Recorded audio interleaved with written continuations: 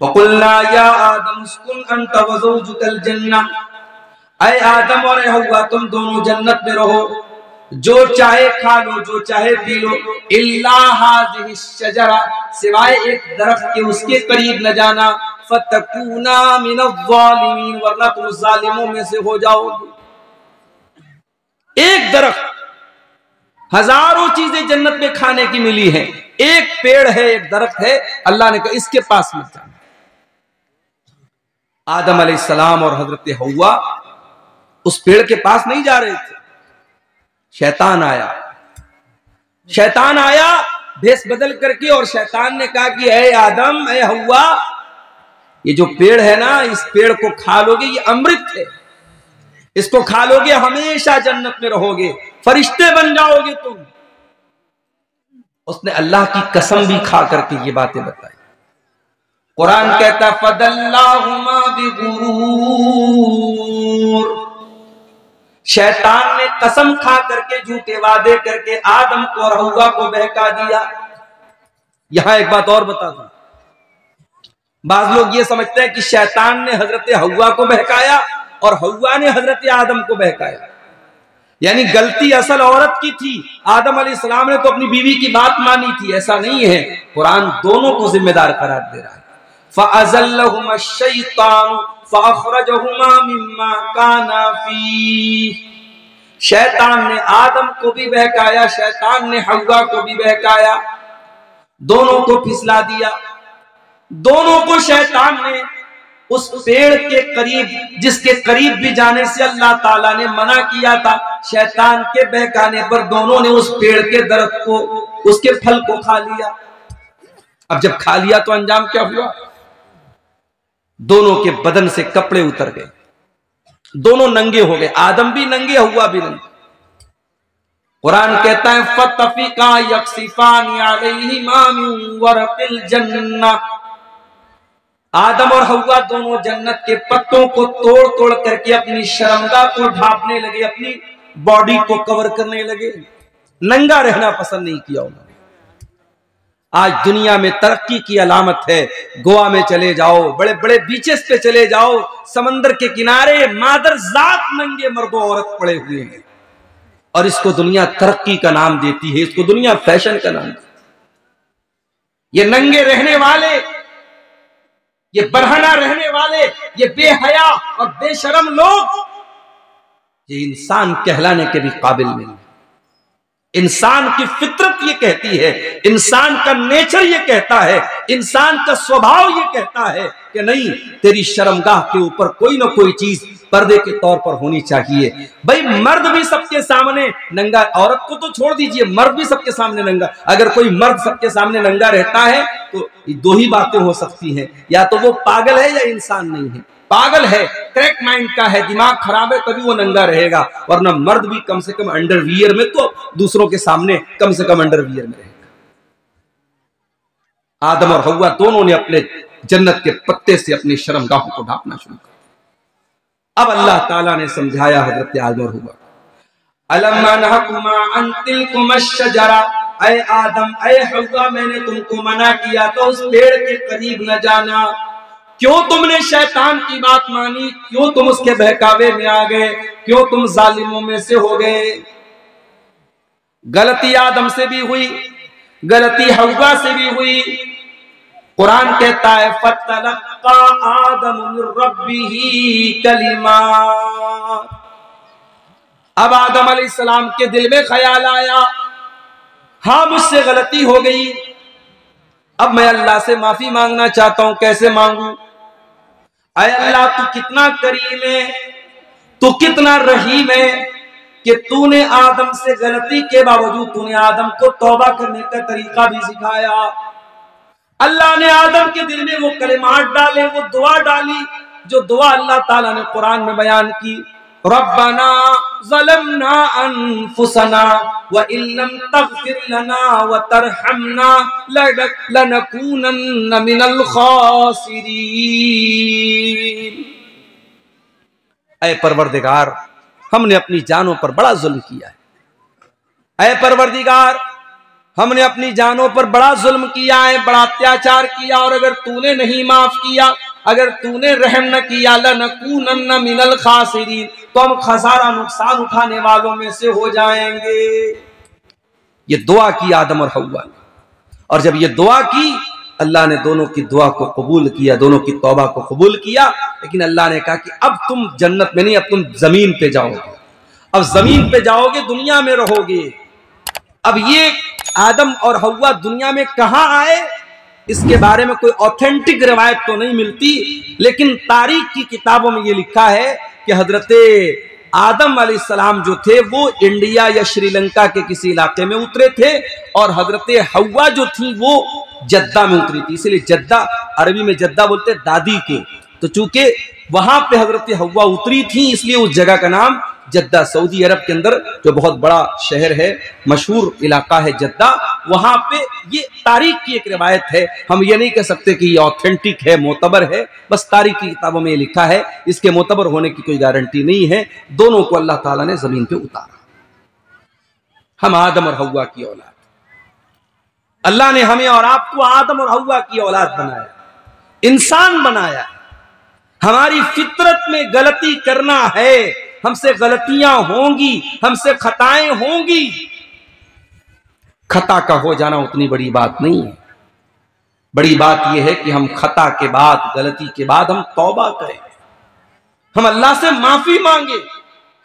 अल्लाह के प्यारे नबी फरमाते हैं, कुल्लु बनी आदम खत्ताउन व खैरुल खत्ताईन अत्तव्वाबून। तमाम के तमाम आदम की औलाद खता करने वाले हैं, और तमाम खताकारों में सबसे बेहतरीन खताकार वो है जो तौबा कर ले, अल्लाह से माफी मांग ले, अल्लाह की तरफ रुजू कर ले।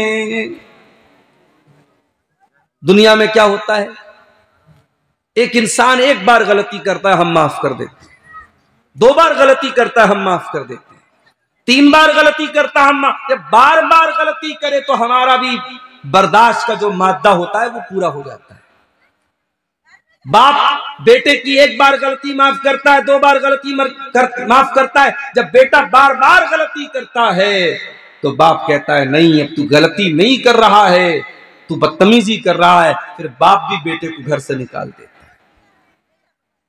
मां अपने बच्चे से बहुत प्यार करती है, लेकिन मां भी अपने बच्चे की बदतमीजियों और अपनी बच्चे की गलत हरकतों पर डांटती है, मारती है, सजा देती है।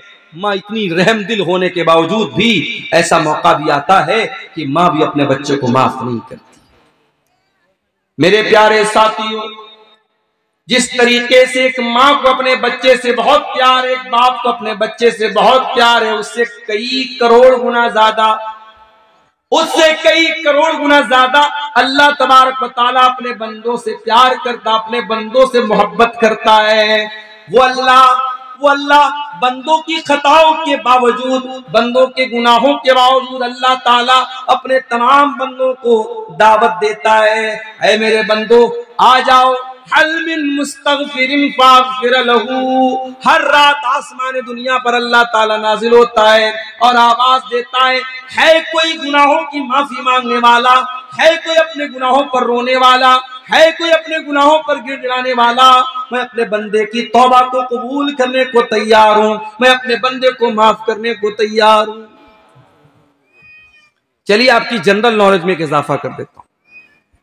कुरान करीम की ऐसी कौन सी आयत है जो सबसे ज्यादा रहमत की उम्मीद दिलाती है?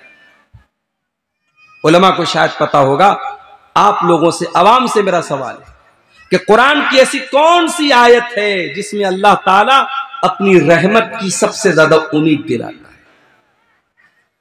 सूरह ज़ुमर की आयत नंबर 52 है। जरा सुनिएगा इस आयत को। अब्दुल्लाह इब्न मसूद जैसे सहाबी कहते हैं कि कुरान में सबसे ज्यादा उम्मीद दिलाने वाली यही आयत। कुल या इबादियल्लज़ीना असरफू अला अनफुसिहिम ला तक़नतू मिर रहमतिल्लाह इन्नल्लाहा यग़फिरुज़्ज़ुनूब जमीआ इन्नहु हुवल गफूरुर रहीम। ऐ नबी आप फरमा दीजिए, आप कह दीजिए, ऐ मेरे वो बंदो, अल्लज़ीना असरफू अला अनफुसिहिम, जिन्होंने गुनाह कर करके अपने जानों के ऊपर बहुत जुल्म किया है, बहुत अत्याचार किया है। शराबियों, जानियों, हराम काम करने वालों, गलत काम करने वालों, अल्लाह को नाराज करने वालों, जितने बड़े बड़े भी तुमने गुनाह किए, आ जाओ। कुल या इबादियल्लज़ीन असरफू अला अनफुसिहिम, ऐ अल्लाह के वो बंदो जिन्होंने गुनाह कर करके, पाप कर करके, अल्लाह को नाराज कर करके अपनी जानों के ऊपर बहुत बड़ा जुल्म किया है। अच्छा, एक बात पर आपने गौर किया, गुनाह करने वाला अपने ऊपर जुल्म करता है। भाई शराब पी रहा है एक इंसान, शराब से किसी दूसरे को तो तकलीफ नहीं पहुंचा रहा है, पर अपने ऊपर जुल्म कर रहा है। ज़िना करने वाला अपने ऊपर जुल्म कर रहा है, झूठ बोलने वाला अपने ऊपर जुल्म कर रहा है, गीबत करने वाला अपने ऊपर जुल्म कर रहा है। गुनाह से बड़ा जुल्म इंसान अपने नफ्स के ऊपर नहीं करता। जब भी इंसान कोई गुनाह करे, वो अपने बाप आदम की वो दुआ को याद कर ले।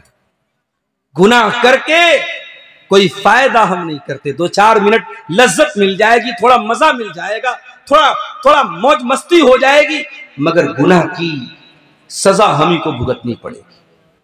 इसीलिए कुरान गुनाह को अपनी जान पर जुल्म कहता है।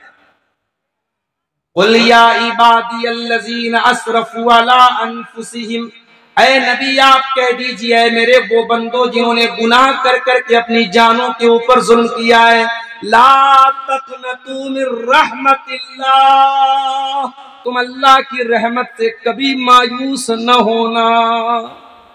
अल्लाह की रहमत से कभी मायूस न। अल्लाह अल्लाह, कितना करीम है वो रब, कितना करीम है वो रब, कि वो रब गुनहगारों से कह रहा है कि अल्लाह की रहमत से मायूस मत हो। कुरान करीम के 30वें पारे में एक सूरत है, सूरतुल बुरूज, शायद आपको याद भी होगी, वस्समाई ज़ातिल बुरूज। उसमें एक वाकया अल्लाह ने बयान किया। एक जमाने में ईमान लाने वालों को बड़ी सजा दी गई थी, खंदक खोद करके जला दिया गया था, छोटे छोटे बच्चों को आग में जला दिया गया। जैसे सीरिया के अंदर भी ऐसे ऐसे मनाजिर मिल रहे हैं कि जिनको देख करके हैरत होती है कि बशार अल असद ने कितना जुल्म किया था सीरिया की मजलूम अवाम के ऊपर। इज्तिमाई कब्रें मिल रही हैं, एक एक जगह सैकड़ों लोगों को इकट्ठे कब्र में डाला गया, और उस जालिम ने सिर्फ कब्र में नहीं डाला, कब्र में डालने के बाद उसमें केमिकल डाला ताकि उनकी लाशें गल करके मिट्टी में मिल जाएं, और उन कब्रों पर बुलडोजर चलाया। और अफसोस तो इस बात का है, इतना जुल्म करने वाला और लाखों मुसलमानों का हत्यारा बशार अल असद, उसकी हिमायत कौन करता था, उसका सपोर्ट कौन करता था? उसका सपोर्ट वो ईरान करता था, जो आज बहुत बड़ा फलस्तीनियों का अपने आप को हमदर्द कहता है। अल्लामा इब्न तैमिया ने बिल्कुल सच्ची बात कही थी, हमारे असलाफ ने बिल्कुल सच्ची बात कही थी। सहाबा का दुश्मन, सहाबा को गाली देने वाला, सहाबा की गुस्ताखी करने वाला, ये राफिजी यहूदी से बड़ा हमारा दुश्मन है। हर दौर की तारीख रही है, मुसलमानों को यहूदियों ने उतना नुकसान नहीं पहुंचाया जितना इन रवाफिज ने नुकसान पहुंचाया है। आज सीरिया से जो खबरें आ रही है मेरे भाई, 40-40 साल के बाद लोग आज कैद खाने से निकल रहे हैं, लोग 40 साल के बाद जेल से निकल रहे हैं। कोई पूछ रहा है कि क्या सद्दाम हुसैन जिंदा है या मर गया, उनको ये भी नहीं मालूम कि दुनिया कहां से कहां पहुंच गई। उन्होंने न टाइम देखा, न कैलेंडर देखा, उनको न वक्त का पता, न उनको समय का पता, न तारीख का पता। 40 साल के बाद लोगों ने सूरज को देखा है, धूप देखी है। मेरे प्यारे साथियों, इसी धरती पर हमने वो जुल्म सितम भी देखा। हर दौर में ऐसे जालिम रहे हैं, लेकिन याद रखो, जितना जालिम चाहे जितना भी जुल्म कर ले, जालिम का अंजाम एक दिन बुरा होने वाला है। जालिम एक दिन बुरे घाट को पहुंचने वाला है। हर जालिम अपने अंजाम को पहुंचने वाला है। हर जालिम याद रखे, जुल्म की इंतहा होनी है, जुल्म का खात्मा होना है, और अदल इंसाफ के सूरज को चमकना है। हजारों साल पहले ईमान वालों को जालिमों ने खंदकों में डाल दिया था, बाकायदा जमीन के अंदर गड्ढे खोद करके उनको जला डाला था, ईमान वालों को जिंदा जला दिया था। अल्लाह ताला अपने उन ईमान वालों का तज़किरा करते हुए फरमाता है, वस्समाइ ज़ातिल बुरूज वल यौमिल मौऊद कुतिला अस्हाबुल उखदूद अन्नारि ज़ातिल वक़ूद इज़हुम अलैहा क़ुऊद वहुम अला मा यफ़अलून बिल मुमिनीन शुहूद। कसम है आसमान की जिसमें बड़े बड़े सितारे चमक रहे हैं, कसम है उस दिन की जिस दिन का वादा किया गया है। खंदक में डाल करके ईमान वालों को मारा गया था, उनको मारने वाले हलाक हो जाएंगे। जो आग में ईमान वालों को जला रहे थे और खड़े होकर के तमाशा देख रहे थे, वमा नक़मू मिनहुम इल्ला अन युमिनू बिल्लाहिल अज़ीज़िल हमीद। ईमान वालों को वो किस बात की सजा दे रहे थे? उनको इसी बात की सजा दे रहे थे कि ईमान वाले एक अल्लाह के ऊपर ईमान लाए, सिर्फ ईमान की सजा दे रहे थे। अल्लाह के नबी फरमाते हैं, मुस्नद अहमद की रिवायत है, जब आग जलाई गई, उस आग में एक औरत अपने दूध पीते बच्चे को लेकर के जा रही थी। मां तो मां होती है, मां का कलेजा एक बार के लिए दहल गया, मां के कदम पीछे हटने लगे। अल्लाह तबारक व तआला ने उस औरत के दूध पीते बच्चे को ज़बान दी और उस बच्चे ने अपनी मां से कहा, या उम्मी इख्तहिमी, ऐ मेरी मां इस आग में चली जा, इस आग में कूद जा, अल्लाह के अजाब के मुकाबले में ये आग कुछ नहीं है, ऐ मेरी मां तू इस आग में चली जा। गौर कीजिए, इतने बड़े जालिम थे वो लोग, ईमान वालों को जिंदा जला दिया। अब अल्लाह ताला जब उनका जिक्र करता है तो क्या कहता है, इन्नल्लज़ीना फतनुल मुमिनीना वल मुमिनाति सुम्मा लम यतूबू फलहुम अज़ाबु जहन्नम वलहुम अज़ाबुल हरीक़। जिन्होंने ईमान वाले मर्दों को जलाया, ईमान वाली औरतों को जलाया, सुम्मा लम यतूबू, और उन्होंने तौबा नहीं की, उनको जहन्नम का अज़ाब मिलेगा, उनको जलाया जाएगा जहन्नम की आग में। यानी अल्लाह ताला ये बताना चाहता है, मेरे ईमान वाले बंदों को जलाने के बाद, उनके ऊपर इतना बड़ा जुल्म सितम करने के बाद भी अगर वो तौबा कर लेते, अगर वो अल्लाह से माफी मांग लेते, अगर वो अल्लाह के सामने गिड़गिड़ा लेते, अगर वो अल्लाह के सामने रो लेते, तो अल्लाह उनको माफ कर देता। अल्लाह के वलियों के कातिल, ईमान वालों के कातिल, ईमान वालों को जिंदा जला देने वाले जालिम, अल्लाह उनके बारे में कह रहा है, अगर वो तौबा कर लेते तो हम माफ कर देते।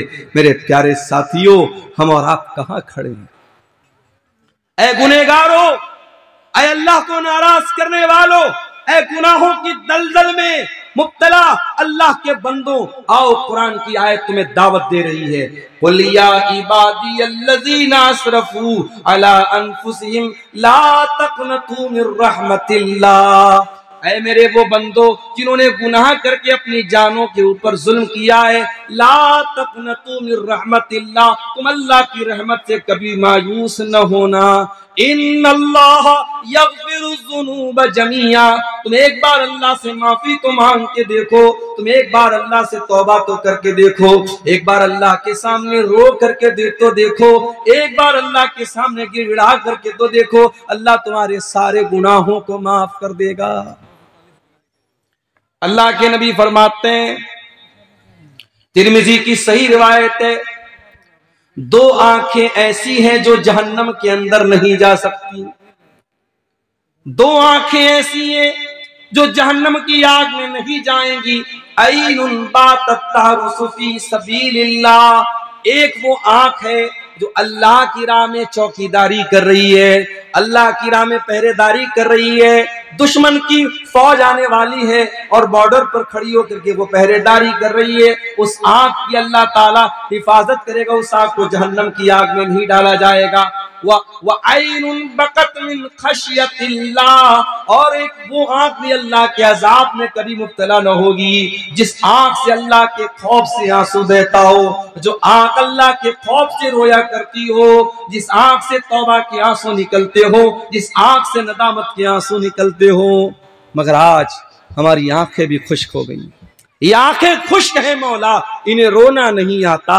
ये आंखें खुश्क है मौला, इन्हें रोना नहीं आता, क्योंकि आंखों का ताल्लुक दिल से है। जब दिल कठोर हो जाएंगे तो आंखों से आंसू भी नहीं निकलेंगे। मेरे भाई तौबा करो मेरे भाई। और कौन सी तौबा? कुरान का 28वां पारा उठाओ। तौबा तो हम भी करते हैं। रात में तकरीर सुनी नमाज के ऊपर, दिल में ख्याल आया यार मौलाना साहब ने नमाज के ऊपर तकरीर की है, आज तक मैं नमाज नहीं पढ़ता था, पढ़ना चाहिए, गलत करता था मैं। रात में तौबा कर लिया, सुबह फजर में फिर गोल हो गया, फजर की नमाज फिर नहीं पढ़ी। शराबी ने रात में तौबा की कि शराब नहीं पीऊंगा, सुबह फिर शराब का बोतल लेके निकल गया। ये तौबा नहीं है, ये तौबा का मजाक है मेरे प्यारे साथी। अल्लाह को कौन सी तौबा पसंद है? कौन सी तौबा अल्लाह ताला के कबूल की जाएगी और कौन सी तौबा का कोई मतलब है अल्लाह के यहाँ? देखो कुरान का 28वां पारा सूरह तहरीम के अंदर अल्लाह फरमाता है, या अय्युहल्लज़ीना आमनू तूबू इलल्लाहि तौबतन नसूहा। ऐ ईमान वालो, अल्लाह से सच्ची तौबा करो। सच्ची तौबा, सच्ची तौबा किसको कहते हैं? नोट कर लो, सच्ची तौबा के अंदर 3 चीजें होनी जरूरी है। सच्ची तौबा करना है तो 3 चीजें जरूरी हैं। नंबर 1, अल इक़लाउ अनिल मासिया। जिस गुनाह से तौबा कर रहे हो उस गुनाह को फौरन छोड़ना पड़ेगा। शराबी शराब से तौबा करना चाहता है, शराब को छोड़ना पड़ेगा। जानी जिना से तौबा करना चाहता है, जिना को छोड़ना पड़ेगा। बेनमाजी तौबा करना चाहता है, नमाज की फौरन पाबंदी करनी पड़ेगी। जिस गुनाह में इंसान मुब्तला है उस गुनाह को फौरन छोड़ना पड़ेगा। ये तौबा की पहली सीढ़ी है।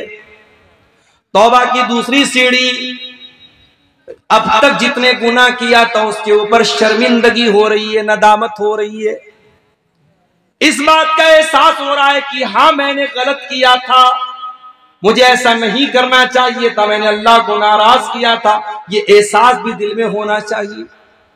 और तौबा की तीसरी शर्त यह है, आइंदा वो गुनाह न करने का पक्का इरादा किया जाए। 3 चीजें जब तक नहीं पाई जाएंगी तब तक सच्ची तौबा न होगी। और अगर गुनाह का ताल्लुक हुकूकुल इबाद से है, किसी की जमीन हथिया ली, किसी का पैसा मार करके बैठ गया, किसी का हक मार लिया, किसी को गाली दे दी, किसी की गीबत कर दी, तो अब चौथी कंडीशन भी उसके साथ जोड़ दीजिए।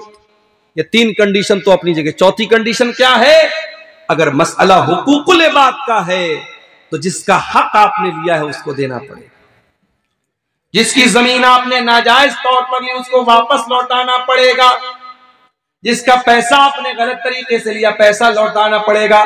जिसको गाली दी उससे जाके माफी मांगनी पड़ेगी। जिसकी गीबत की उससे जाके माफी मांगनी पड़ेगी। अगर आपने पैसे के बदले पैसा न दिया, जमीन के बदले जमीन न दिया, सोने के बदले सोना न दिया, खेत के बदले खेत न दिया, तो कल कयामत के दिन सोना के बदले, जमीन के बदले, खेत के बदले, पैसे के बदले आपको अपनी नमाज देना पड़ेगा, आपको अपना रोजा देना पड़ेगा, आपको अपनी इबादतें देनी पड़ेंगी, आपको अपनी नेकियां देनी पड़ेंगी। और जब नेकी खत्म हो जाएगी, अल्लाह के नबी फरमाते हैं सामने वाले के गुनाह इंसान के ऊपर लाद दिए जाएंगे। गुनाह लाद दिए जाएंगे। इंसान दुनिया में बड़ी मेहनत से नेकी करता है, अल्लाह को राजी करता है। एक एक नेकी बड़ी कीमती होती है और कयामत के दिन एक एक नेकी की बड़ी अहमियत होगी। मेरे प्यारे साथियों, हुकूकुल इबाद में अगर हमने कोताही की है तो ये कोताही हमारी नेकियों को बर्बाद कर देगी और सामने वाले के गुनाह हमारे ऊपर नऊजुबिल्लाह सुम्मा नऊजुबिल्लाह लाद दिए जाएंगे। इसलिए अल्लाह कहता है, या अय्युहल्लज़ीना आमनू तूबू इलल्लाहि तौबतन नसूहा। ऐ ईमान वालो, जब तौबा करना है तो सच्ची तौबा करो। जब तुम सच्ची तौबा करोगे, असा रब्बुकुम अन युकफ्फिर अन्कुम सय्यिआतिकुम, तब अल्लाह ताला तुम्हारे गुनाहों को मिटा देगा।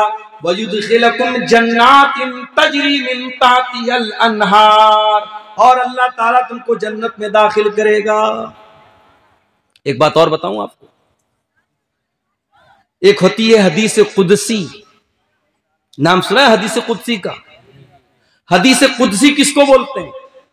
जब अल्लाह के नबी सल्लल्लाहु अलैहि वसल्लम ये कहें कि अल्लाह ताला फरमाता है, तो उस हदीस को हदीस कुदसी कहते हैं। अब सवाल ये पैदा होता है, जब हदीस कुदसी में भी अल्लाह ताला फरमाता है और कुरान में भी अल्लाह ताला फरमाता है, तो कुरान में और हदीस कुदसी में क्या फर्क है? फर्क है, कुरान की तिलावत होती है, हदीस कुदसी की तिलावत नहीं होती। कुरान के अल्फाज भी अल्लाह की तरफ से हैं और हदीस कुदसी के अल्फाज नबी की तरफ से हैं, लेकिन माना अल्लाह की तरफ से। अब मैं जो हदीस आपको सुनाने जा रहा हूं वो हदीस कुदसी है, जरा गौर से सुनिए। तिरमिजी की सही रिवायत है, अल्लाह के प्यारे नबी फरमाते, अल्लाह ताला फरमाता है, ऐ आदम की औलाद, ऐ आदम के बेटे, जब तक तू मुझसे उम्मीद लगाए रहेगा, जब तक तू मुझसे माफी मांगता रहेगा, मैं तुझे माफ करता रहूंगा। वला उबाली, मैं किसी की कोई परवाह नहीं करूंगा। अल्लाह को किसी को जवाब नहीं देना है, अल्लाह को किसी को हिसाब नहीं देना है, अल्लाह को किसी का डर नहीं है। अल्लाह से तुम जब जब माफी मांगोगे, जब जब तौबा करोगे, अल्लाह तुम्हें माफ करने को तैयार है।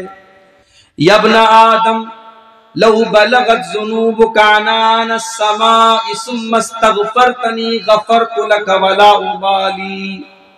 ऐ आदम के बेटे, अगर तू इतने गुनाह कर दे, तेरे गुनाहों से आसमान के किनारे भर जाएं, इतना तू गुनाह कर दे, तेरे गुनाहों से आसमान के किनारे भर जाएं, अल्लाह ताला कहता है मेरे बंदे, इतने गुनाह करने के बाद भी तू आकर के मुझसे माफी मांगेगा, मुझसे इस्तिग़फ़ार करेगा, मुझसे तौबा करेगा, तो मेरे बंदे मैं तुझको माफ करने को तैयार हूं।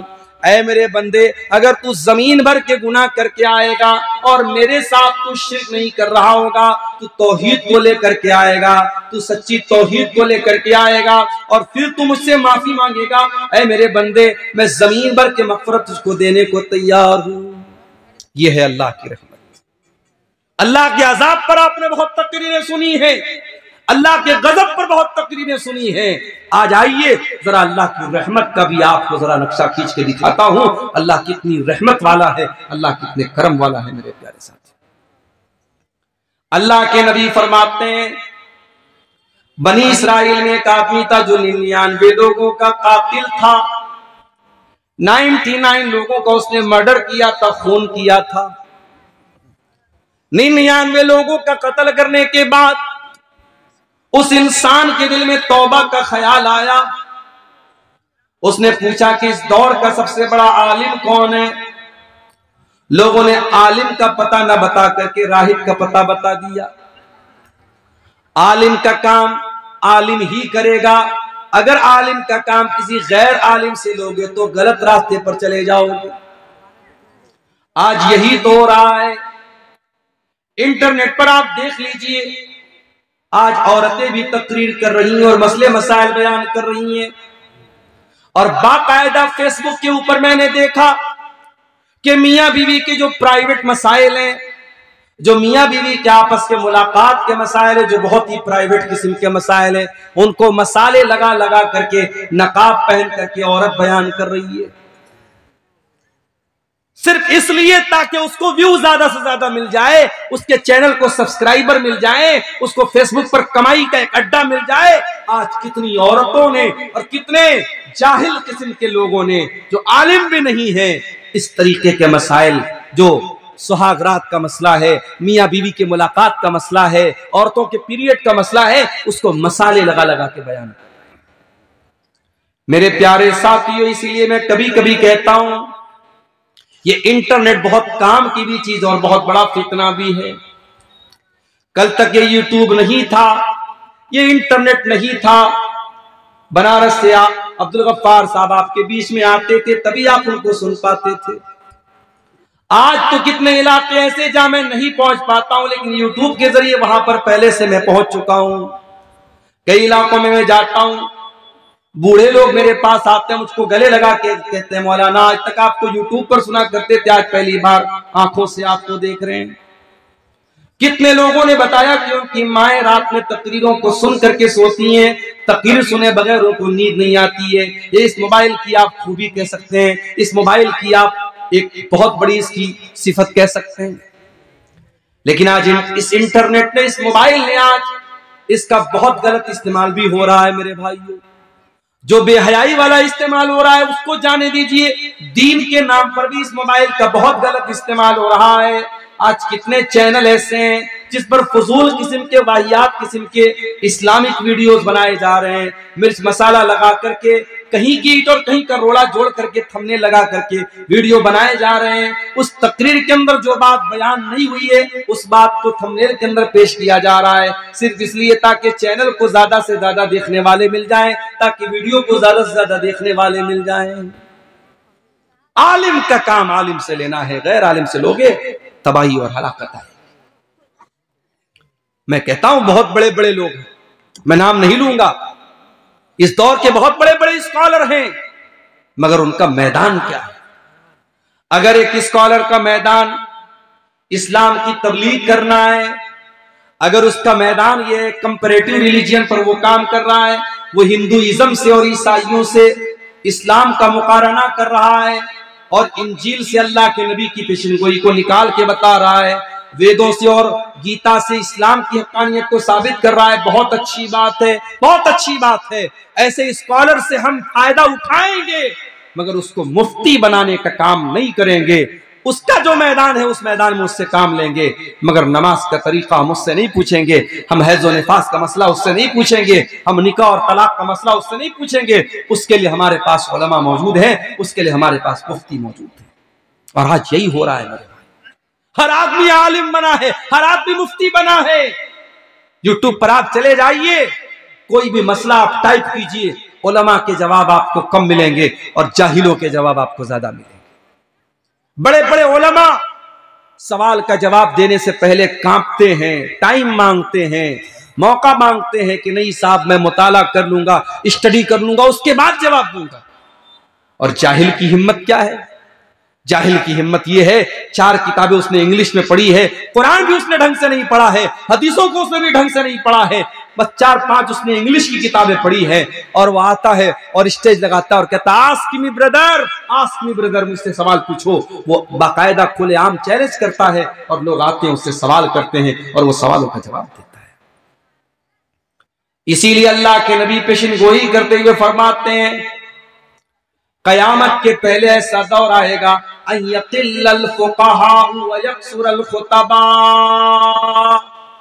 लच्छेदार तकरीर करने वाले बहुत हो जाएंगे, जिनके सब्सक्राइबर बहुत ज्यादा, जिनके व्यूअर्स बहुत ज्यादा, जिनके फॉलोअर्स बहुत ज्यादा होंगे। खुतबा तो बहुत ज्यादा हो जाएंगे, वक्ता तो बहुत ज्यादा हो जाएंगे, तकरीर करने वाले, लेक्चर देने वाले बहुत ज्यादा हो जाएंगे।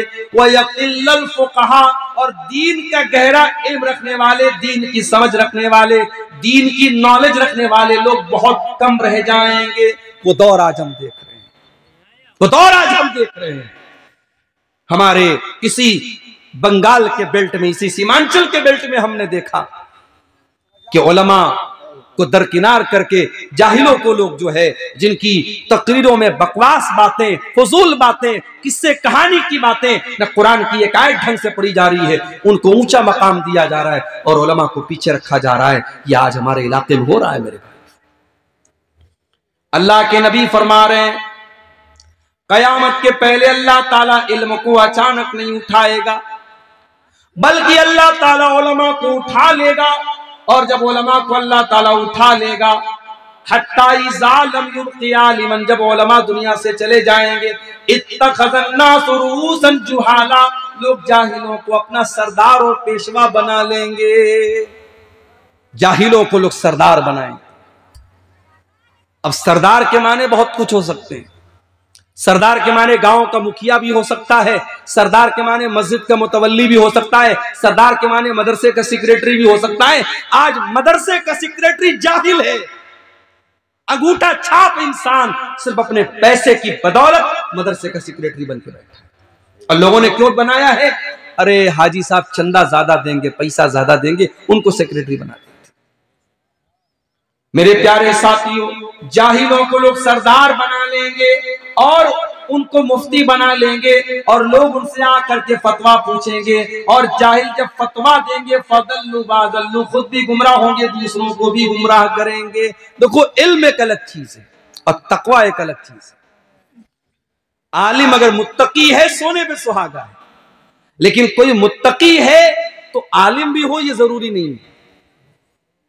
99 लोगों का कातिल था, उसने पूछा इस दौर का सबसे बड़ा आलिम कौन है? लोगों ने बताया फला के पास चले जाओ। जिसके पास गया वो मुत्तकी तो था, वो परहेजगार तो था, वो राहिब तो था, मगर आलिम नहीं था। उससे जाके पूछा, आई हैव किल्ड 99%, मैंने 99 लोगों को कत्ल किया है, आई वॉन्ट टू रिपेंट, मैं तौबा करना चाहता हूं। क्या है कोई तौबा का रास्ता? अब वो आलिम नहीं था, राहिब था, रात रात भर नमाज पढ़ने वाला था, उसको गुनाहों से नफरत थी। उसने कहा यार 99 लोगों का कत्ल करके आया और तौबा की बात कर, भाग गया से, निकल, तेरी तौबा कबूल नहीं है। अब वो तो था खूंखार आदमी, 99 लोगों को तो ऑलरेडी कत्ल कर चुका था। उसे गुस्सा आया तो तलवार निकाली, उसको भी खत्म कर दिया। 100 लोगों का कातिल बन गया वो। अब तक 99 का कातिल था, 100 का कातिल हो गया। वो सेंचुरी उसने पूरी कर ली, 100 लोगों का कातिल हो गया। फिर उसके दिल में तौबा का ख्याल आया। फिर उसने किसी से पूछा कि इस दौर का सबसे बड़ा आलिम कौन है? लोगों ने बताया कि हाँ फला के पास चले जाओ, वो वक्त इस दौर का सबसे बड़ा आलिम है। अब वो जिसके पास पहुंचा वो आलिम था। अब जब आलिम के पास पहुंचा तो आलिम ने सही जवाब दिया। उसने कहा आलिम साहब मैं तौबा करना चाहता हूं, 100 लोगों का कातिल हूं, क्या मेरी तौबा कबूल होगी? क्या है कोई रास्ता मेरी तौबा कबूल होने का? उस आलिम ने बड़ा प्यारा जवाब दिया।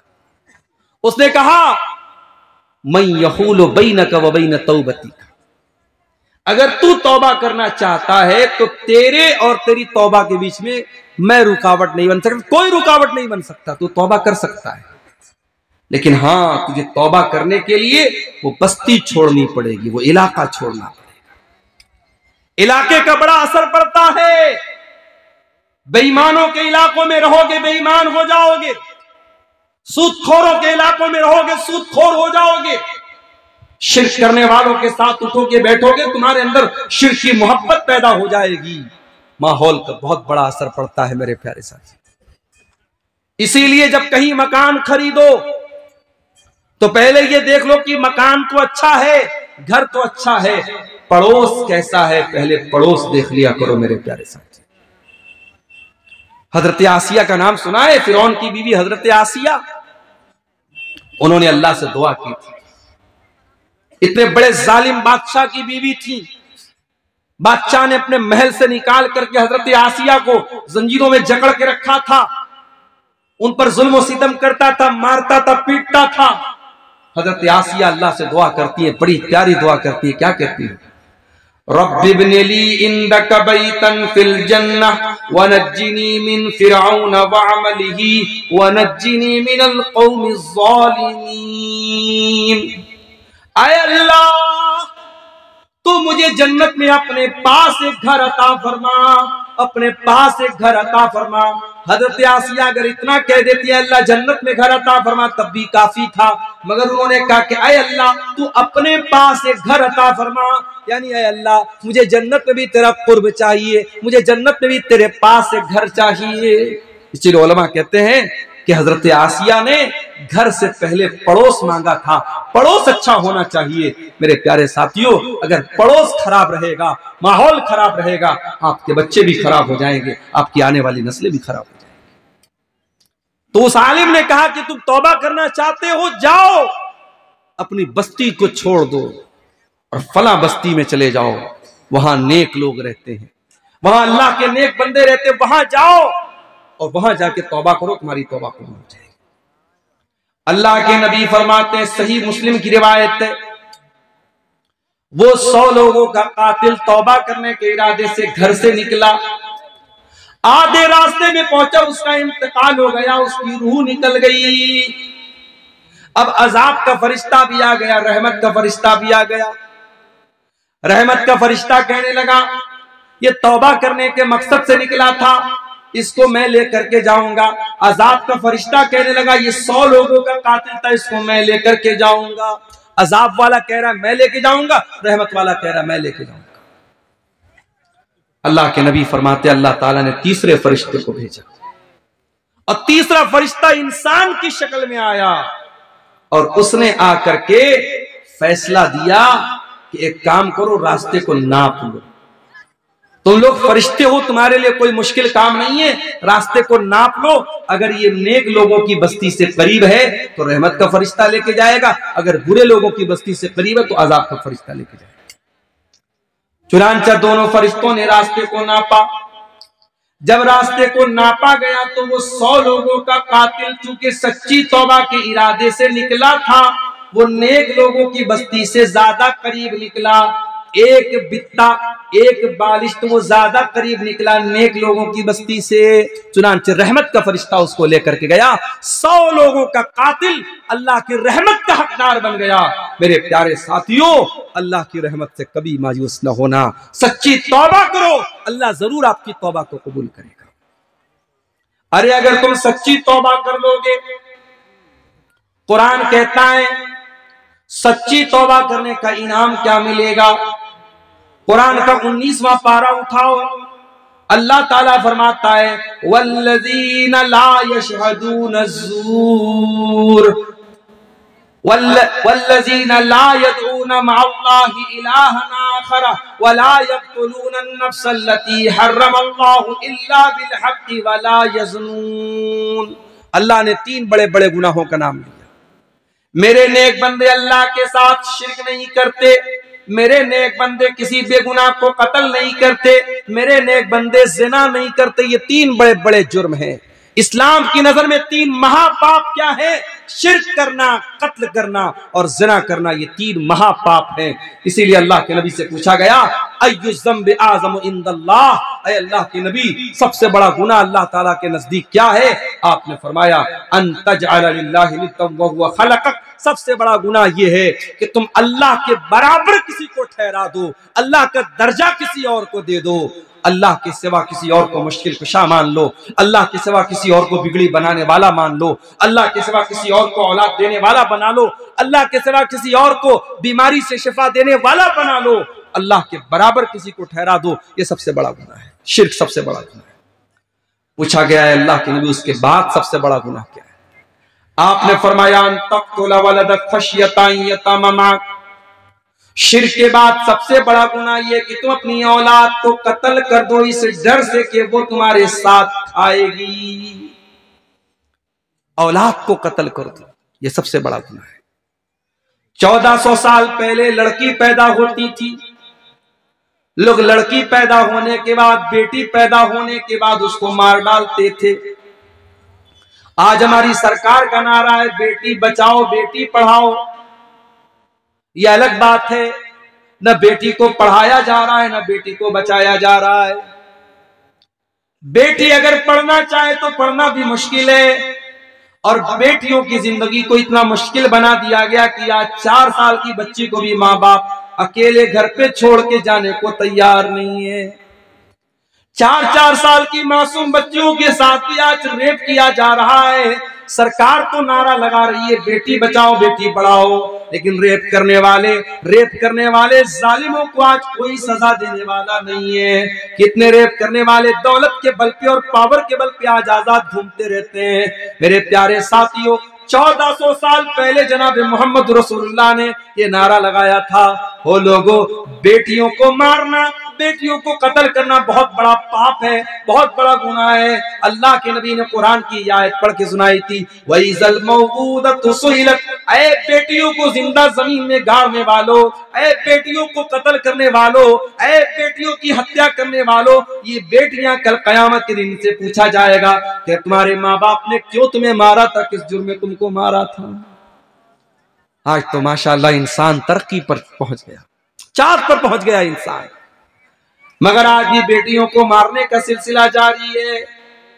कहीं जहेज के नाम पर बेटी को मारा जा रहा है, कहीं अपनी गर्लफ्रेंड को, अपनी महबूबा को कत्ल कर करके 60-60, 50-50 टुकड़े करके उसको फ्रीज में रख करके मारा जा रहा है। उसकी लाश को बेसिन के अंदर बहाया जा रहा है। आज भी बेटी को मारा जा रहा है, और कहीं पर तो बेटी को माँ के पेट में भी कत्ल किया जा रहा है, जिसको गर्भपात कहा जाता है, जिसको एबॉर्शन कहा जाता है, जिसको इसकाते हमल कहा जाता है। माँ के पेट में बच्ची को मारा जा रहा है, और ये आज के दौर का तरक्की याफ्ता इंसान कर रहा है। 1400 साल पहले के लोग ये काम करते थे तो जाहिल थे, आज तो पढ़ा लिखा इंसान है। याद रखो मेरे प्यारे साथियों, अगर मां के पेट में, अगर औरत के पेट में प्रेगनेंसी हो चुकी है, बच्चा ठहर चुका है, फिर उसको कत्ल करने की बिल्कुल इजाजत नहीं है। हाँ, बहुत क्रिटिकल केस हो जाए, अगर डॉक्टर का ये कहना है कि अगर बच्चा पैदा हुआ तो माँ की जान चली जाएगी, माँ की सेहत बहुत खतरनाक है, माँ की तंदुरुस्ती इस लायक नहीं किया और बच्चे को जन्म दे, तो ये एक मजबूरी का केस है। उस सूरत में उलमा ने इजाजत दी है कि चलो ठीक है, अगर उस सूरत में प्रेगनेंसी माँ की जान के लिए खतरा है तो उस सूरत में तो एबॉर्शन करवाया जा सकता है। मगर फैमिली प्लानिंग के नाम पे कि हमें 2 ही बच्चे चाहिए थे और तीसरा बच्चा अगर ठहर गया और प्रेगनेंसी हो गई तो सिर्फ इसलिए कि अरे यार 2 को तो बड़ी मुश्किल से खिला रहा हूं, तीसरी को कैसे खिलाऊंगा, अगर इस डर से और इस सोच से अगर मां के पेट में बच्ची को मारा है या बच्चे को मारा है, तो याद रखिए ये कत्ले औलाद है, और अल्लाह के नबी ने इसको दूसरा बड़ा गुनाह करार दिया। आपने फरमाया कि दूसरा बड़ा गुनाह ये है कि तुम अपनी औलाद को कत्ल करो इस डर से कि वो तुम्हारे साथ खाएगी।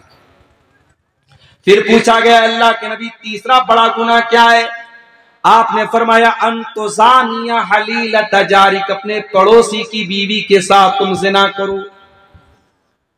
क्या और औरतों के साथ जिना करना जायज है? नहीं जायज है, लेकिन पड़ोसी का नाम क्यों लिया अल्लाह के नबी ने?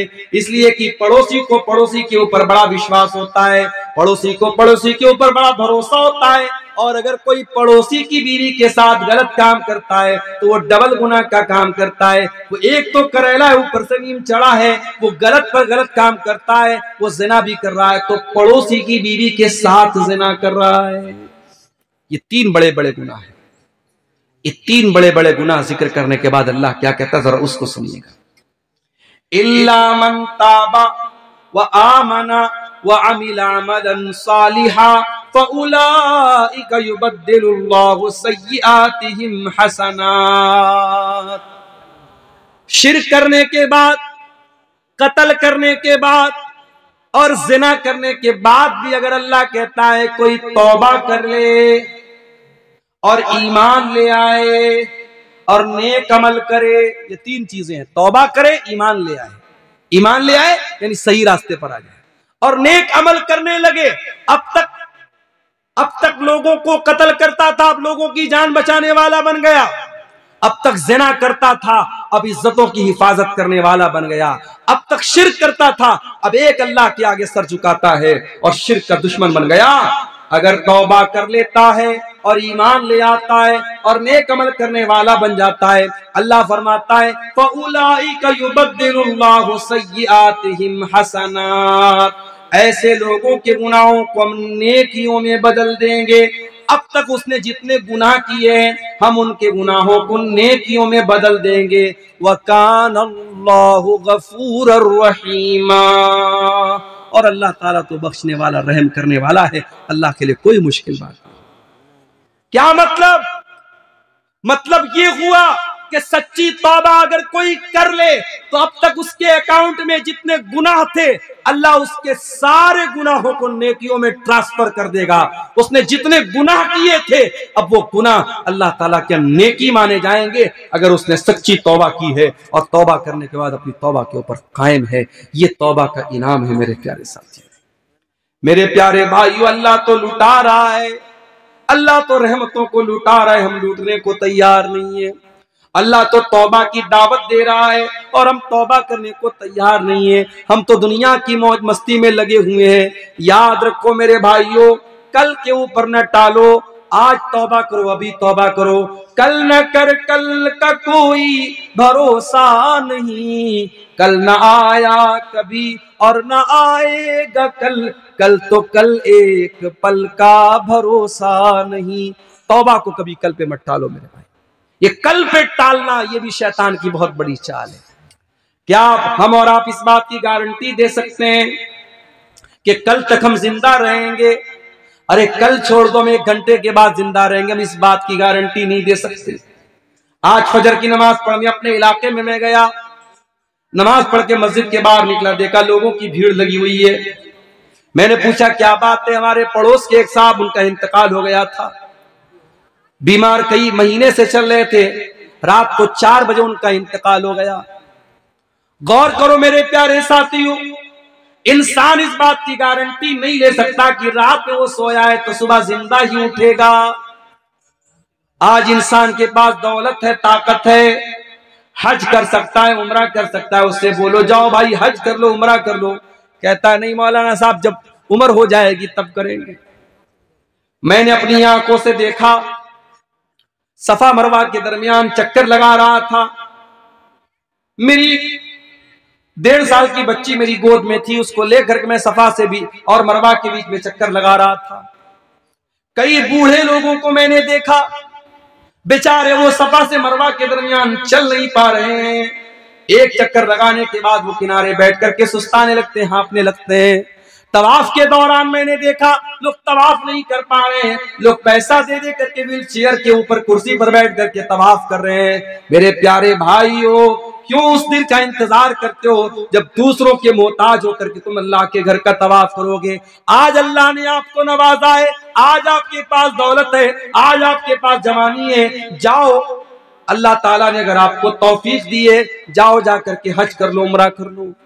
और अल्लाह के नबी तो यहां तक फरमाते हैं कि अगर कोई लगातार हज और उम्रा करता है, अल्लाह ने नवाजा है, हर साल आप उम्रा कीजिए। अगर हर साल कोई उम्रा करता है, बार बार करता है, अल्लाह के नबी ने फरमाया कि इससे इंसान के गुनाह मिटते हैं और इंसान का फक्र फाका मिटता है। कमा यनफिल कीरु खुब्सल हदीद, जिस तरीके से भट्टी के अंदर जब लोहे को डाला जाता है और लोहे के ऊपर का मैल और कुचैल साफ हो जाता है, वैसे जब इंसान हज करने जाता है, उम्रा करने जाता है, उसके गुनाह मिट जाते हैं।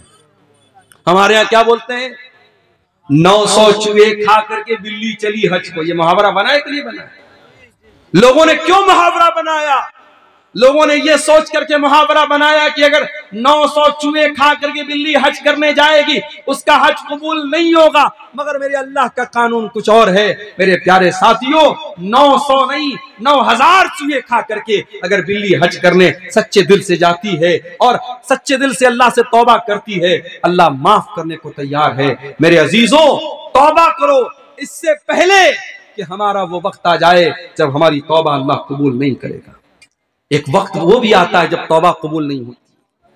अल्लाह के नबी फरमाते हैं, इन्नल्लाह यक़बलु तौबतल अब्दि मा लम युग़रग़िर। अल्लाह ताला बंदे की तौबा तब तक कबूल करता है जब तक गरगरा ना आ जाए। गरगरा मतलब आखिरी टाइम, वो टाइम जब इंसान की जबान बंद हो जाए, जब इंसान के मुंह में कोई चीज डालो तो अंदर नहीं जा रही है, जहां कनी का आलम है, नज़ा का आलम है, आखिरी आलम है, उस वक्त के आने से पहले तौबा कर लो। और कयामत का दिन जब सूरज पश्चिम से निकलेगा, उस दिन के आने के पहले तौबा कर लो। उसके बाद मेरे प्यारे साथियों, हमें और आपको तौबा की तौफीक छीन ली जाएगी और फिर हमारी तौबा कबूल नहीं होगी। तो तौबा करने में देर मत करो मेरे प्यारे साथियों। अब सवाल ये पैदा होता है, लोग ये भी सवाल करते हैं, मौलाना साहब हम तौबा करना चाहते हैं, हम क्या करें, तरीका क्या है तौबा करने का? आइए मैं आपको तरीका बताता हूं। तौबा करना चाहते हो, सबसे पहला काम तो ये करो, अल्लाह से रुजू करो, अल्लाह की बारगाह में गिड़गिड़ाओ। और अगर गुनाह करने के बावजूद आपको पैसा मिल रहा है, दौलत मिल रही है, ऐशो आराम से जिंदगी गुजर बसर हो रही है, तो इस धोखे में मत पड़े रहो कि मुझे कोई प्रॉब्लम नहीं, कोई मसला नहीं। अल्लाह ताला अगर गुनाहों के बावजूद आपको नवाज रहा है तो अल्लाह अपनी रस्सी को ढीली किए हुए है। जिस दिन अल्लाह की रस्सी टाइट होगी उस दिन आपको एहसास होगा। अल्लाह कुरान में कहता है, फलौला इज़ जाअहुम बासुना तदर्रउ वलाकिन क़सत क़ुलूबुहुम व ज़य्यन लहुमुश शैतानु मा कानू यअमलून। तुम्हारे दिल इतने कठोर हो चुके हैं, बड़ी बड़ी मुसीबतें आ रही हैं, मगर तुम अल्लाह की बारगाह में रुजू नहीं करते। इतने बड़े बड़े आज हिंदुस्तान के अंदर इतने बड़े बड़े परेशानियों के आलम हमारे ऊपर आए, मुसीबतों के पहाड़ हमारे ऊपर टूटे। अभी आप देखिए उत्तर प्रदेश के एक इलाके में कितनी दहशत का माहौल बना दिया। 5 मुसलमान वहां मार दिए गए, उसके बाद भी वहां जुल्म और सितम का सिलसिला भी रुकने का नाम नहीं ले रहा है। अभी आज की न्यूज मैंने देखी कि वहां मुसलमानों में दहशत का एक माहौल पैदा किया गया और बाकायदा अतिक्रमण के नाम पे उनके घरों पर बुलडोजर चलाए गए और पूरे इलाके में एक दहशत का माहौल पैदा कर दिया गया। यानी हालात ये हो गए कि आपके ऊपर जुल्म सितम भी हो और आप उस जुल्म सितम के खिलाफ आवाज भी नहीं उठा सकते। अगर उठाएंगे तो हर उठने वाली आवाज को दफन कर दिया जाएगा। मेरे प्यारे साथियों, ऐसे माहौल में भी अगर मुसलमान अल्लाह की तरफ रुजू नहीं करता है और अल्लाह से तौबा नहीं करता है और ऐसे माहौल में भी मुसलमानों की अय्याशियां बंद नहीं होती हैं, मुसलमानों के गलत काम बंद नहीं होते हैं, तो हम इस पर क्या कह सकते हैं? कुरान कह रहा है फलौला इज़ जाअहुम बासुना तज़र्रऊ। मेरे बंदो, अगर हमारा अजाब और हमारी तरफ से आने वाली ये मुसीबतें भी अगर तुमको अल्लाह की बारगाह से नहीं जोड़ती हैं, तुम तज़र्रो नहीं करते हो, तुम गिड़गिड़ाते नहीं हो, इसका मतलब ये हुआ वलाकिन क़सत क़ुलूबुहुम, तुम्हारे दिल बहुत सख्त हो चुके हैं, वज़य्यन लहुमुश शैतानु मा कानू यअमलून, और शैतान ने तुम्हारे अमल को मुज़य्यन कर दिया। तौबा करना चाहते हो तो एक काम और करना पड़ेगा, नेक लोगों के साथ रहा करो। मेरे प्यारे साथी, संगत का असर इंसान के ऊपर पड़ता है। आप किसके साथ उठते बैठते हैं ये बहुत मैटर करता है।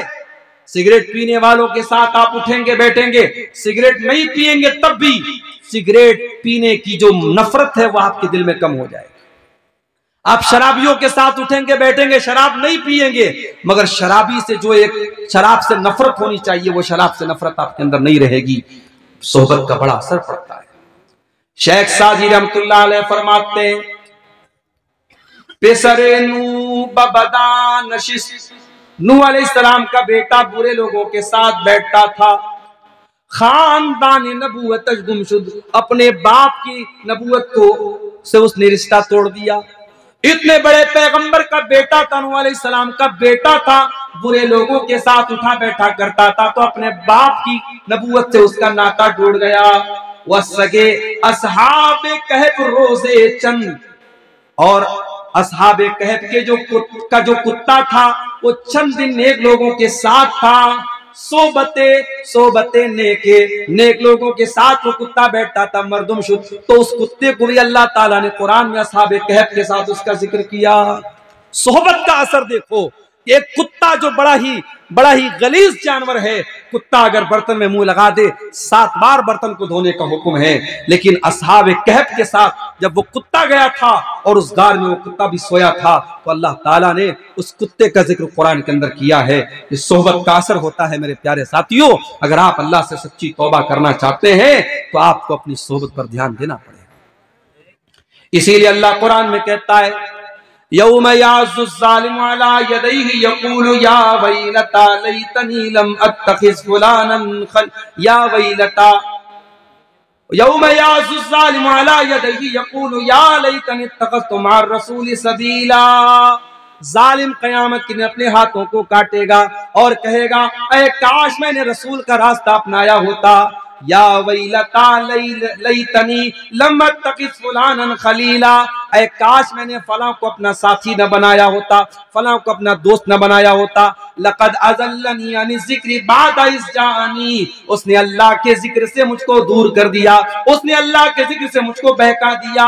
व कान शैतानु लिल इंसानी खज़ूला, और शैतान तो इंसान को हमेशा जलील करता है। सोहबत अच्छी अपनाओ मेरे प्यारे साथियों, अच्छे साथियों से, अच्छे दोस्तों से दोस्ती रखो, अच्छे लोगों के साथ उठा बैठो। इसी तरीके से अगर आप तौबा करना चाहते हैं, काम और करना पड़ेगा, कुरान से अपना ताल्लुक जोड़ना पड़ेगा। क्यों?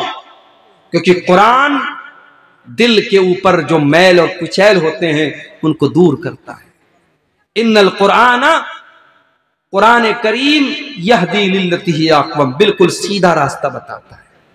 वनुनज़्ज़िलु मिनल कुरान मा हुवा शिफ़ाउन व रहमतुल लिल मोमिनीन, और ये कुरान शिफा है आपके दिल की बीमारियों के लिए, आपकी रूह की बीमारियों के लिए। इसलिए मेरे प्यारे साथियों, अगर आप दिल की बीमारियों से बचना चाहते हैं, रूह की बीमारियों से बचना चाहते हैं, तो कुरान करीम से अपना गहरा ताल्लुक हमें और आपको जोड़ना पड़ेगा। इसी तरीके से अगर आप तौबा करना चाहते हैं, पहले नमाज की पाबंदी शुरू कीजिए। जब तक पांचों टाइम की नमाज की पाबंदी आप नहीं करते, आपकी तौबा का कोई मतलब अल्लाह ताला क्या नहीं है। इसीलिए अल्लाह कुरान में कहता है अक़ीमिस्सलाह, नमाज कायम करो। इन्नस्सलात तन्हा अनिल फ़ाशाई वल मुनकर, बेशक ये नमाज बेहयाई से रोकती है, बुराई से रोकती है। नमाज आप पढ़ेंगे तब आप बुराई से रोक सकते हैं, बगैर नमाज की पाबंदी के। बाज लोग कहते हैं साहब हम तो हराम नहीं खाते, हम ये नहीं करते, लेकिन नमाज नहीं पढ़ते। अगर आप हराम नहीं खाते बहुत अच्छी बात है, आप गीबत नहीं करते बहुत अच्छी बात है, आप अपनी ज़बान की हिफाजत करते बहुत अच्छी बात है, और अगर नमाज पढ़ने वाला हराम खा रहा है, नमाज पढ़ने वाला गीबत कर रहा है, नमाज पढ़ने वाला गलत कर रहा है, तो इसकी दोषी नमाज नहीं है। वो नमाज, अगर उसकी नमाज वाकई में सही नमाज होती तो वो इन गुनाहों से अपने आप को बचाता। मेरे प्यारे साथियों, अपने आप को अगर अल्लाह से करीब करना है तो हमें नमाज की पाबंदी करनी पड़ेगी। और नमाज में सिर्फ फराइज नहीं, आज हमारे यहाँ अहले हदीसों में खास तौर से ये बुराई, ये बीमारी पाई जाती है। हमारे यहाँ नवाफिल का एहतमाम बहुत कम होता है। हमारे यहाँ ऐशा की नमाज में आए, 4 रकात फर्ज पढ़ दिया, 2 रकात सुन्नत पढ़ दिया, 1 रकात वितर पढ़ लिया, बस। हम कोई नफिल नमाज नहीं पढ़ते हैं, हम नवाफिल से बहुत दूर होते चले जा रहे हैं। और जब आम नवाफिल से हम दूर हैं तो तहज्जुद की नमाज तो बहुत गिने चुने लोग पढ़ते हैं। मेरे प्यारे साथियों, कुरान करीम में अल्लाह कहता है अक़ीमिस्सलाता लिदुलूकी शम्सी इला गसक़िल लैली व क़ुरआनल फ़ज्रि इन्न क़ुरआनल फ़ज्रि कान मशहूदा। ऐ मेरे नबी, रात में भी नमाज पढ़िए, दिन में भी नमाज पढ़िए, और फजर के टाइम कुरान पढ़िए। फजर के टाइम जब कुरान पढ़ा जाता है तो फरिश्ते हाजिर रहते हैं। व मिनल लैली फतहज्जद बिही नाफिलतल लक, और ऐ मेरे हबीब, आप रात में तहज्जुद की नमाज भी पढ़िए, तहज्जुद की नमाज पढ़िए। ये वो टाइम होता है, बड़ा सुहाना टाइम होता है, बड़ा बरकत वाला टाइम होता है। ये वो टाइम होता है जब अल्लाह ताला आसमान दुनिया पर नाजिल होता है और अपने बंदों की दुआओं को कबूल करता है। मेरे पास ऐसे भी फोन आते हैं, मौलाना साहब 10 साल हो गए शादी को, औलाद नहीं हो रही है। मौलाना साहब बहुत नौकरी की तलाश में हूँ, नौकरी नहीं मिल रही है। मौलाना साहब बहुत दिन से बिजनेस कर रहा हूँ, बिजनेस में कामयाबी नहीं मिल पा रही है। मैं एक सॉल्यूशन बताता हूँ, एक रास्ता बताता हूँ। ठीक है, आप औलाद नहीं हो रही, आप डॉक्टर के पास जाइए, इलाज करवाइए। हो सकता है आपके अंदर या बीवी के अंदर कोई मेडिकल इश्यू हो सकता है। आप जॉब कर रहे हैं, आप अच्छी जॉब तलाश कीजिए, अल्लाह आपको बेहतरीन नौकरी देगा। आपका बिजनेस नहीं चल रहा है, आप कोई दूसरा बिजनेस शुरू कीजिए, अल्लाह बरकत देगा। मगर मैं एक और रास्ता भी बताता हूं। अगर औलाद नहीं मिल रही है, अगर बीवी को बच्चा नहीं हो रहा है, अगर नौकरी नहीं मिल रही है, अगर कारोबार नहीं सक्सेस हो रहा है, आप सारे काम कीजिए, साथ में एक काम और कीजिए, 5 टाइम की नमाज पाबंदी से पढ़िए, और रात में कोशिश कीजिए तहज्जुद की नमाज पढ़िए। तहज्जुद की नमाज पढ़िए मेरे प्यारे साथियों। ये वो नमाज है जो आपको बहुत कुछ ऐसा देगी जो अनएक्सपेक्टेड है, जो आपने उम्मीद भी नहीं की होगी, जो आपकी उम्मीदों से भी ऊपर होगा। मेरे प्यारे साथियों, अगर आप तौबा करना चाहते हैं, अपनी रातों को अल्लाह की बारगाह में रोने वाला बना दीजिए। अल्लाह कुरान में कहता है, कल जुमा का दिन है, फजर की नमाज में आप पहली रकात पे सुनेंगे ये आयत, इमाम साहब अगर पढ़ेंगे सूरह सजदा तो ये आयत आपके सामने आएगी। ततजाफा जुनूबुहुम अनिल मज़ाजिअ यदऊन रब्बहुम खौफन व तमआ व मिम्मा रज़क़नाहुम युनफिकून। मेरे नेक बंदे रात में बिस्तर छोड़ के अल्लाह के सामने रोते हैं, गिड़गिड़ाते हैं, तौबा करते हैं, नमाज पढ़ते हैं, तहज्जुद पढ़ते हैं। मेरे प्यारे साथियों, वो है बेहतरीन टाइम। और वो टाइम अगर आप अल्लाह की को राजी कर लेंगे तो अल्लाह कहता है फला तअलमु नफ्सुम मा उख्फिय लहुम मिन कुर्रति आयुन, कोई नहीं जानता कि मैंने उसके दिल को खुश करने के लिए कौन कौन सी नेमतों को तैयार करके रखा है। मेरे अजीजों, ये तौबा करने के चंद रास्ते हैं और तौबा के रास्ते पर बढ़ने वाले चंद कदम हैं जो मैंने आपके सामने बयान किए हैं। आइए हम अल्लाह से दुआ करें, रब्बुल आलमीन हम सबको अपने गुनाहों से सच्ची तौबा करने की तौफीक अता फरमाए और हम जो भी टूटी फूटी नेकी हम करते हैं अल्लाह उनकी हिफाजत की हम सबको तौफीक अता फरमाए। अल्लाह ताला हमें ईमान पर जिंदा रखे और ईमान पर हमारा खात्मा फरमाए। आमीन। व आखिर दावाना अल्हम्दुलिल्लाहि रब्बिल आलमीन। अस्सलामु अलैकुम व रहमतुल्लाहि।